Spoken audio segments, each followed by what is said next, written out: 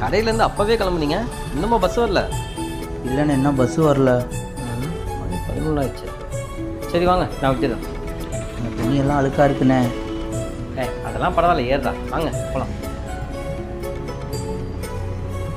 அண்ணே, போகிற வழியில் இவனை மட்டும் முனையில் இறக்கி விட்டுருவாங்க. சரிண்ணா, சரி.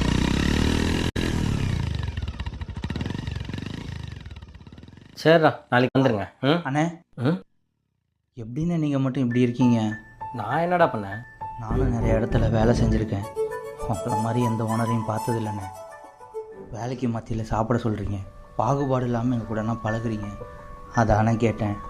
நான் என்ன என் அப்பா காசுலடா கடன் நடத்திட்டு இருக்கேன். கஷ்டப்பட்டு உழைச்சி சம்பாதிச்சு என் சொந்த காசில் நடத்திட்டு இருக்கேன்டா.